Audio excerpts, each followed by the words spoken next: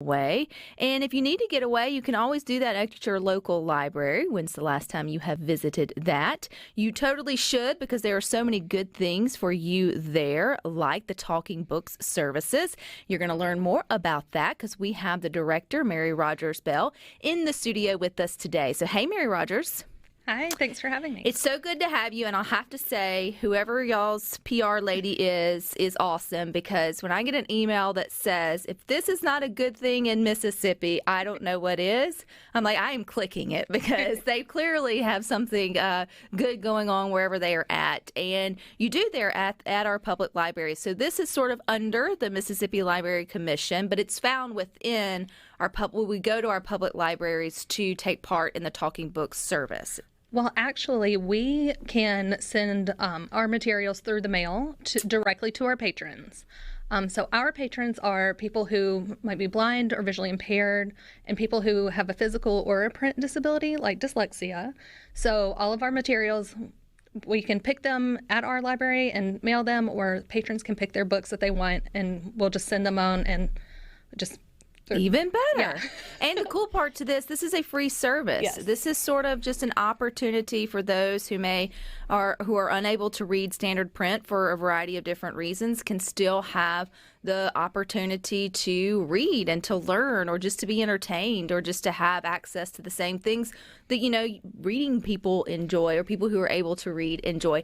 Mary Rodgers, how did you find your way into this? This is a very unique subset within the library system. So what road led you to Talking Books services? Well, actually, both of my parents worked with people with disabilities, so I've always been around this community. And then I went to University of Southern Miss for my graduate degree in library and information science. And then I kind of knew the director at the time, and it worked out that there was an opening, and I applied, and I was a reader's advisor when I started. And then, just got to know our patrons and our collection, and really got to kind of go from there.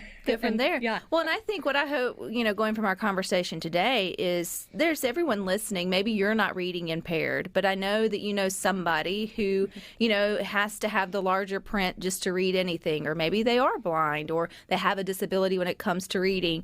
And you, like I, had no idea that this service was available to them. So let's talk through what that service actually is, because it's not just, yes, you can send out books, but I mean, you help connect them with reading materials that would be best suited for them. Mm-hmm. So if I was to call you, Mary Rodgers, and say, that I had, a reading impairment, walk me through the steps of how you would connect me to the best materials that you have to offer. Well, first, we would make sure we can get you to fill out an application, and that just means that we get your, address and phone number, and someone also has to sign off that you are eligible for the service. And that's just a doctor, a nurse, a therapist, even a librarian. If you go to your public library, a lot of them have our applications there. So you can sign up that way and then just mail it or email it or fax it. We do still have a fax machine. And people still send those in. in? And that just gets it there to us easy. And then we'll sign you up, and then we can sign you up for audiobooks. We do also have Braille books. And magazines, and then we also have what we call Twin Vision Braille books, where it has the illustration of the children's book also with the print, and then it has a Braille overlay. So that way a sighted child could read along with their parent who might be blind, or vice versa. And we also have a way for people to download books directly to their smartphone or tablet through our BARD system, which stands for Braille and Audio Download, Reading Download. Almost forgot the R. But then that way, they don't have to wait for the mail to come. They can download the book directly to their own device, and that just kind of makes it a little bit easier too, but they do have to be a qualified Talking Book patron. That's pretty cool. And I feel like more people need to know that this is out there. And there's probably someone thinking, well, maybe I'm not fully blind, or maybe, my child is dyslexic, as you had sort of mentioned, Mary Rodgers, but maybe we're getting help in that. What would you still say to at least connect with? Because it's not like a subscription service. I mean, this is free. So it's kind of you just using it as you want to, or do you get on like a monthly? Because, you should take your library books back. I'm sure we all have one or two that maybe is a little iffy on whether we've made it back or not.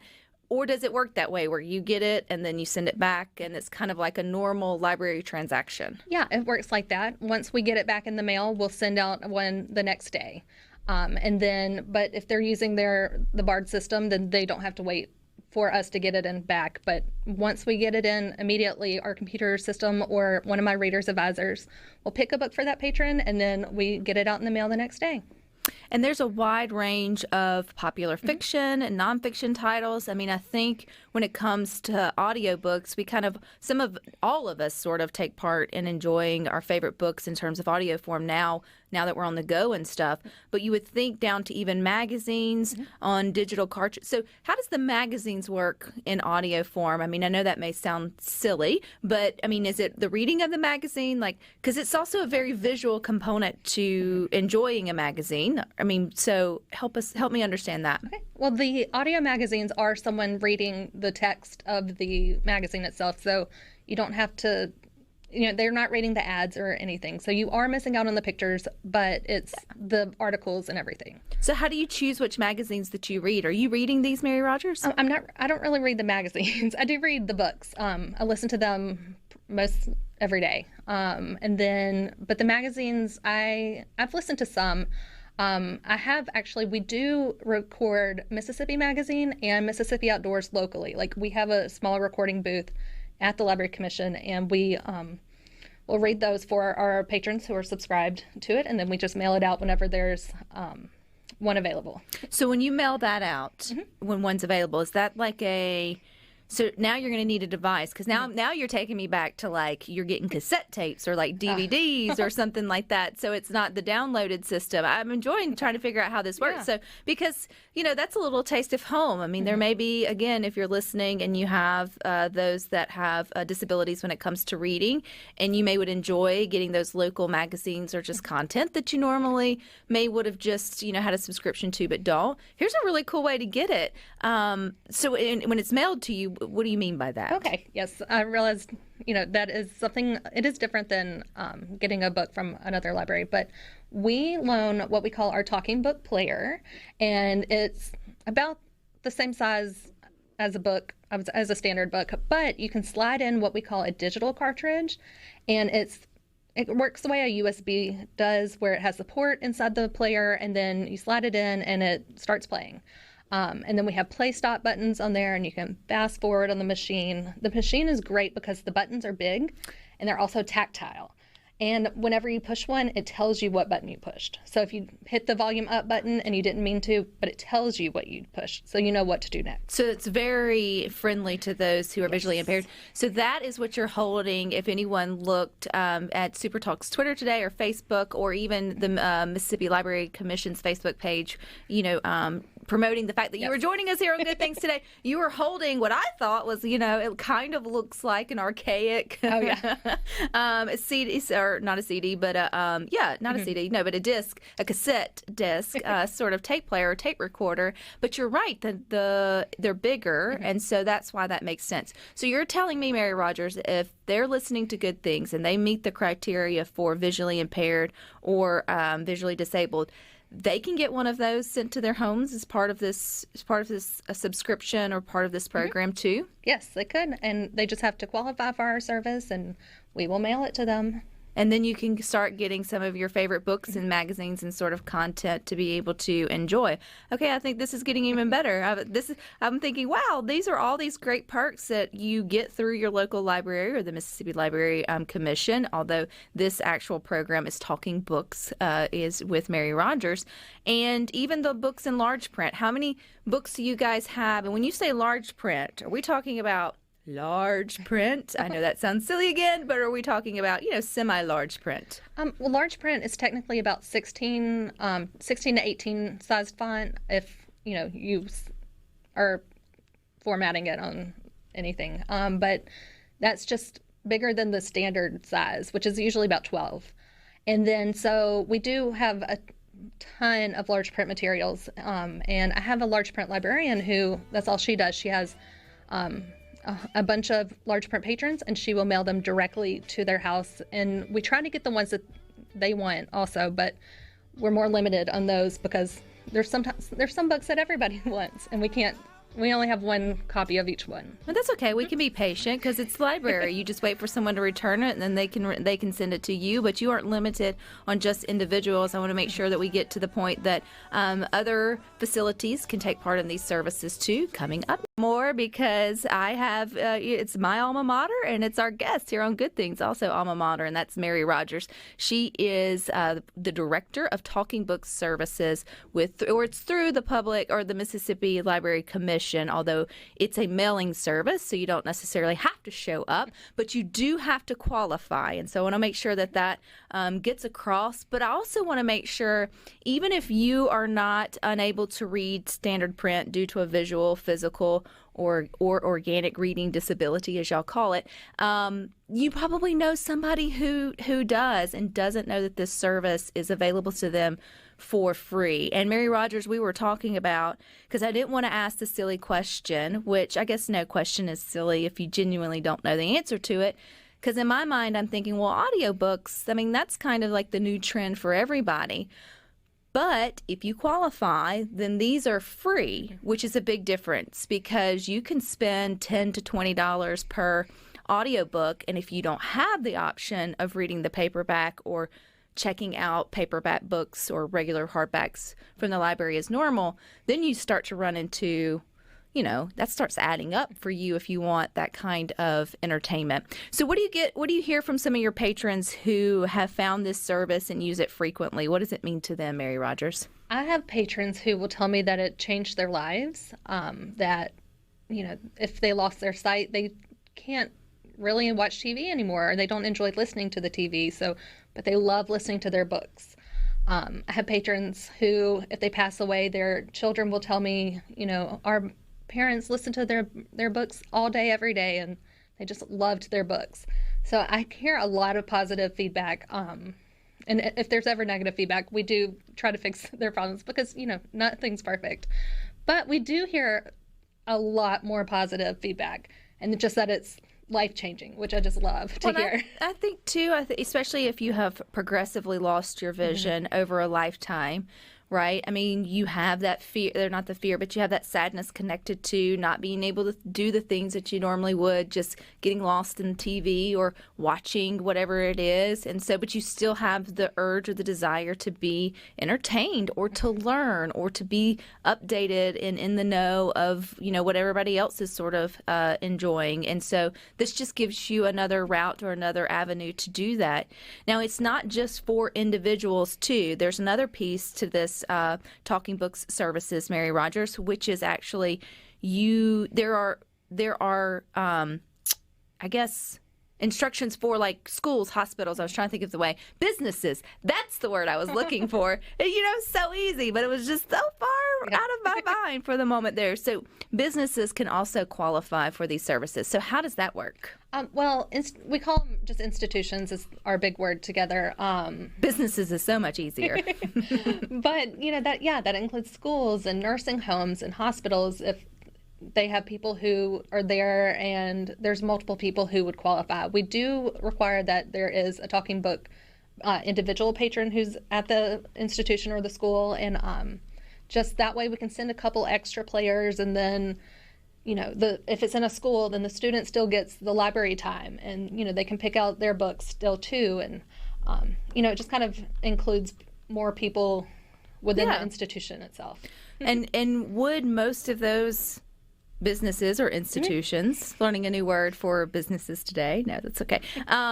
Would they already know about this service, or do y'all still also find that you're connecting with letting them know that these services are available is still sort of a gap in conversation? Yeah, there's still a gap. I would love to even visit these institutions or businesses and, get the word out there too, and just so they know that we're around and that we can serve them as well. Well, we probably have parents listening for sure, or grandparents who have students heading back to school that maybe have visual impairments, maybe have dyslexia. I know that would this be a fair question, Mary Rodgers, for them to ask their library on campus? Just, hey, do you have, or are you, or at least aware of the Talking Book services? Simple question. They can say yes or no. If they say yes, then great. But if they say no, what's that?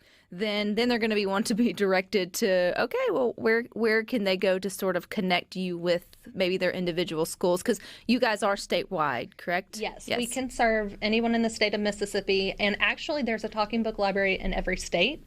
So if someone moves to Mississippi and they were getting talking book services from another state, we can just get their information and continue their service.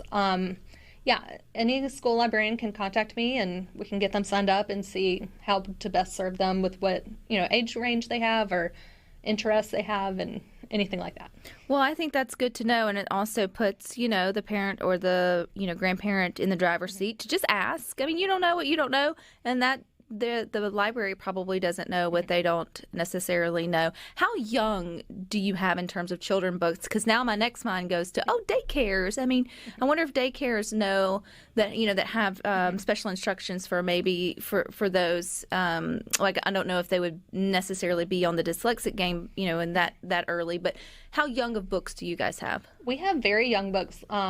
I wish I could think of a title right now, but we're always ordering the popular juvenile titles and trying to get some of everything. How do you do that? Is that like a lot of fun for you, Mary Rodgers? Is it like going to books wholesale? Do you just get to get big list of popular books out and make your wish list, or is it's not as fun or as easy as that?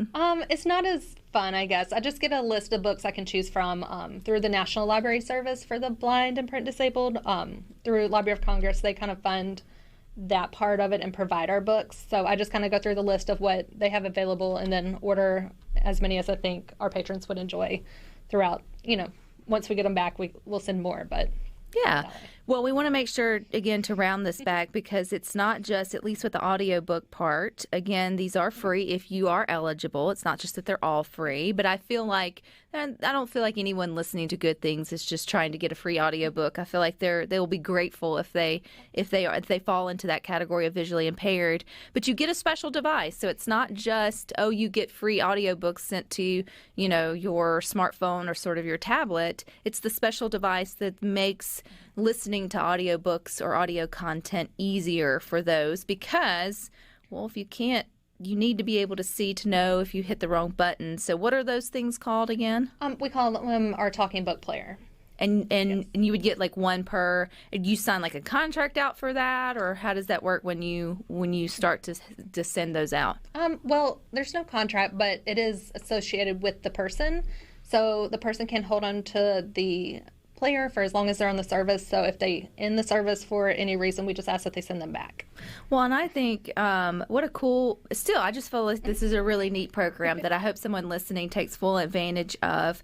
And if they are and they want to apply, you mentioned that going to their local library, which is always a good thing to do, they can get an application there. But is there any way to do it online as well, or call, or how does that work? Yes, our website has an application online, and you still need to get the signature even if you fill it out online. But our website, which is from your doctor or or who all would work for that? Doctor, therapist, a nurse, a librarian. There's a whole list on the application too. So, but if you're already at the public library and you say, "Hey, I qualify for this," and the librarian can tell, or just kind of knows. Then they can sign off on that. And so that's on our website. And then they can also give us a call, and we can mail you one, and then you just mail it right back.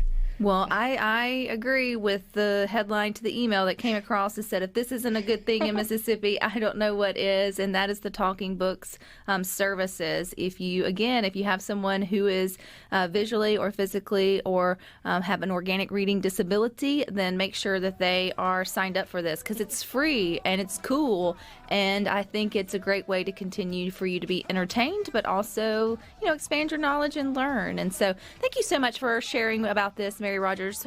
We appreciate your time here on Good Things, but you guys stick with us. We got more for you coming up next.